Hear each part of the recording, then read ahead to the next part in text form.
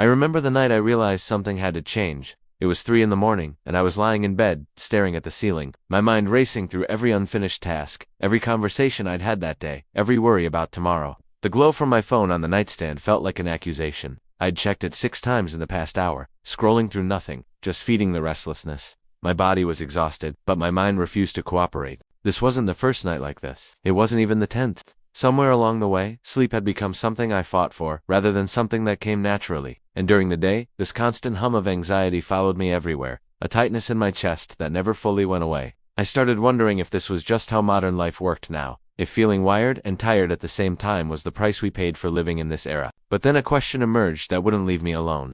How did people calm their minds and sleep before modern pharmaceuticals existed? Before bottles of pills lined bathroom cabinets? Before sleep aids and anxiety medications became household names? How did our ancestors manage the same human struggles with stress, worry, and sleepless nights? This question became an obsession for me, not because I wanted to reject modern medicine, but because I sensed that we'd lost something important along the way. Some piece of knowledge that used to be common, passed down through generations, woven into the fabric of daily life. I wanted to find it again, so I started digging. I began researching practices from old European villages, traditional medicine systems, rural communities that lived closer to the land and the seasons. I read about how grandmothers in the countryside would tend their herb gardens with the same care they gave to their vegetable plots, knowing exactly which plants to harvest when someone in the family couldn't sleep or felt overwhelmed by life's burdens. I discovered that in many cultures, the idea of mental calm and restful sleep wasn't treated as a medical problem to be fixed with a single solution. Instead, it was understood as part of a whole system.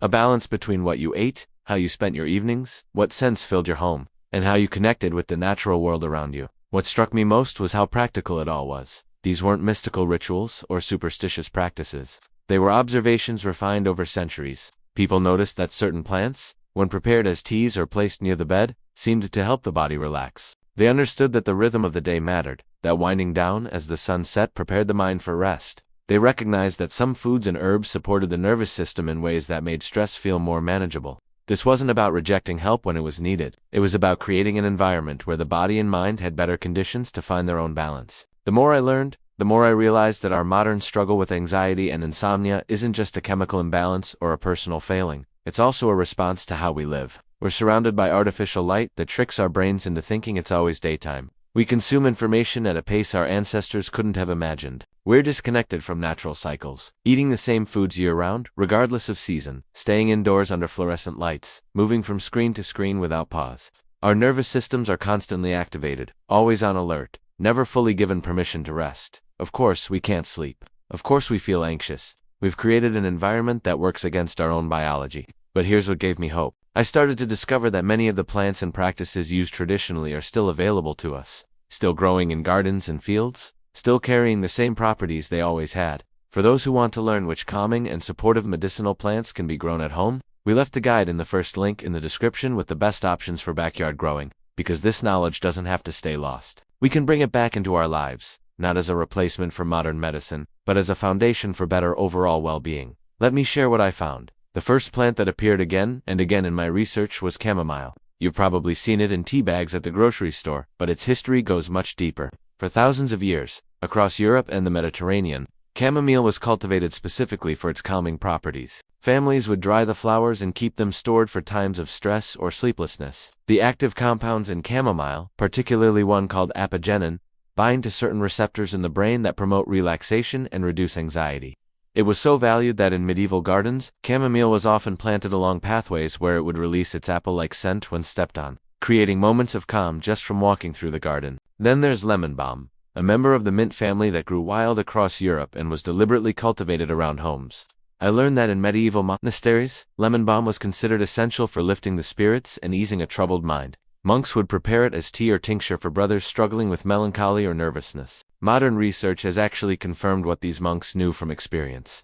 That lemon balm contains compounds that increase GABA activity in the brain, the same neurotransmitter that many anti-anxiety medications target. But unlike a pill, lemon balm was taken as part of an evening ritual, often combined with sitting quietly, perhaps in a garden, allowing the whole experience to contribute to a sense of peace. Lavender showed up everywhere in my research, and for good reason. In Roman times, lavender was added to bathwater, its name actually coming from the Latin word lavar, meaning to wash. But it wasn't just about the pleasant scent. People recognized that the aroma of lavender had a direct effect on the nervous system. In rural France, it was traditional to stuff small pillows with dried lavender flowers and place them near the head while sleeping.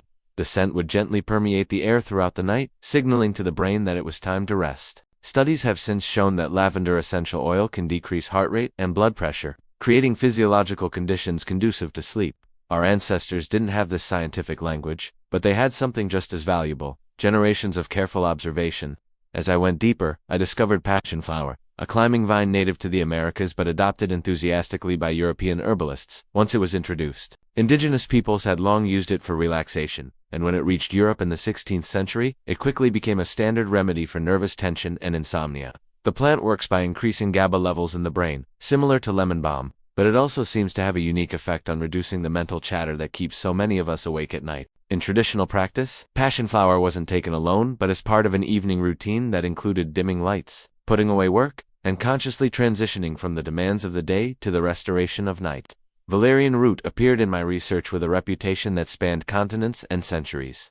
Ancient Greek physicians wrote about it. Medieval Europeans planted it in monastery gardens. It was so valued for promoting sleep that it was sometimes called nature's Valium, though it works through different mechanisms entirely. The root contains compounds that interact with GABA receptors and also seem to affect serotonin pathways. What fascinated me was learning that valerian was traditionally taken not just as a tea, but often combined with other herbs, creating formulas that addressed both the physical tension and mental restlessness that prevents sleep. It was part of a sophisticated understanding that different plants support different aspects of the relaxation process.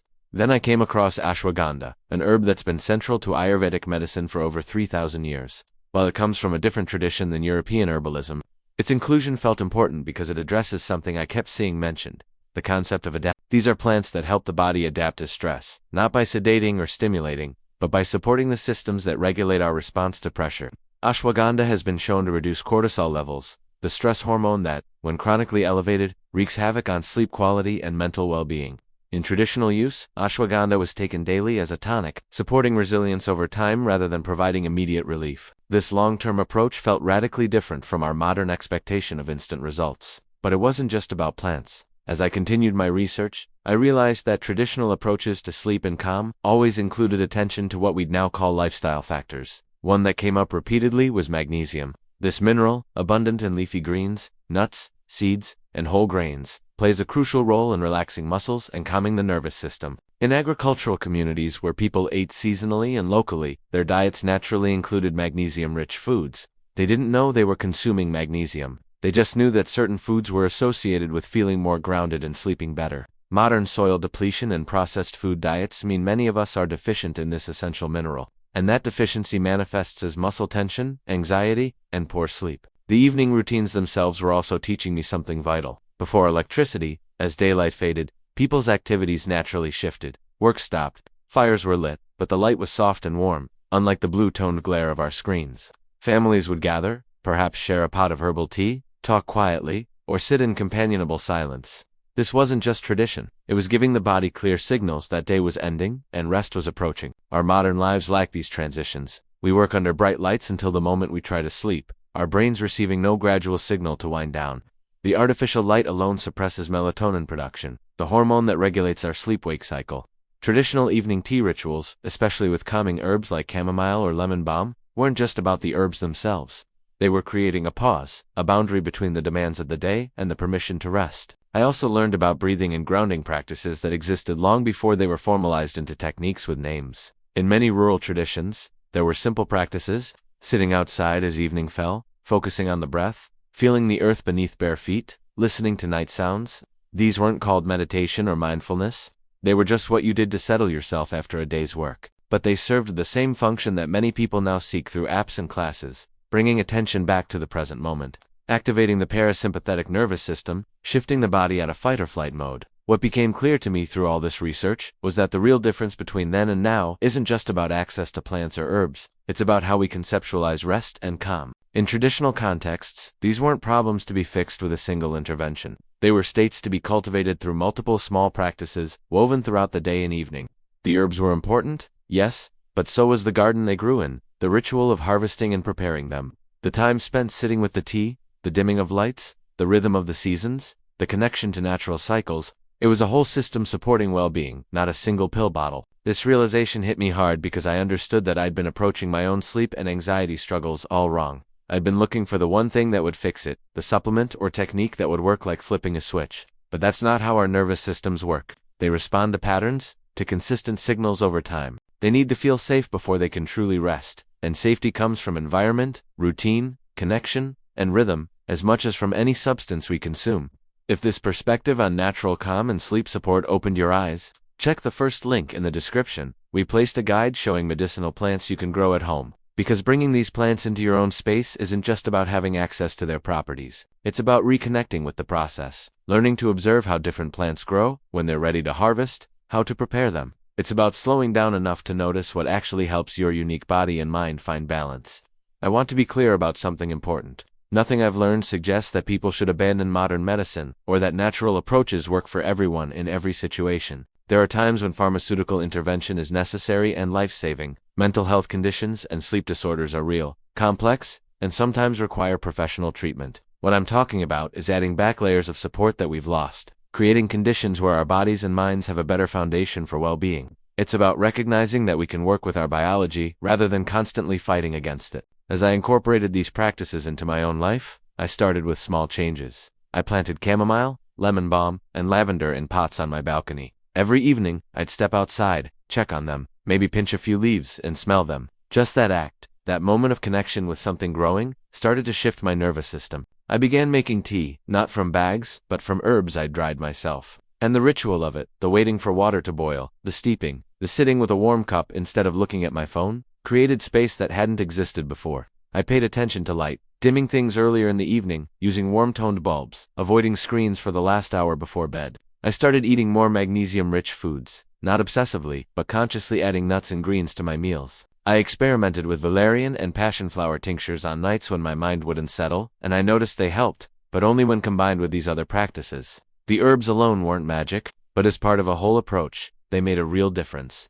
What surprised me most was how much the mental shift mattered. Once I stopped seeing sleep and calm as things I had to fight for or fix, once I started seeing them as natural states I could support and invite, the struggle lessened. I stopped checking the clock when I woke at night, stopped catastrophizing about how tired I'd be the next day. I trusted the process more, and slowly, over weeks and months, sleep became easier. The background anxiety that had been my constant companion started to quiet. The biggest lesson I took from all of this wasn't about any specific herb or technique. It was about understanding that the way we live matters just as much as what we take. Our ancestors knew this intuitively. They couldn't separate their well-being from their environment, their routines, their connection to natural rhythms. We've tried to separate these things, to find solutions that work regardless of how we live. But it doesn't work that way. Not really. Our bodies are still the same bodies that evolved to respond to sunrise and sunset, to seasonal changes, to the compounds in plants, to rhythm and routine. We can't hack our way around our own biology. Sometimes relief begins not in a bottle, but in the environment we create.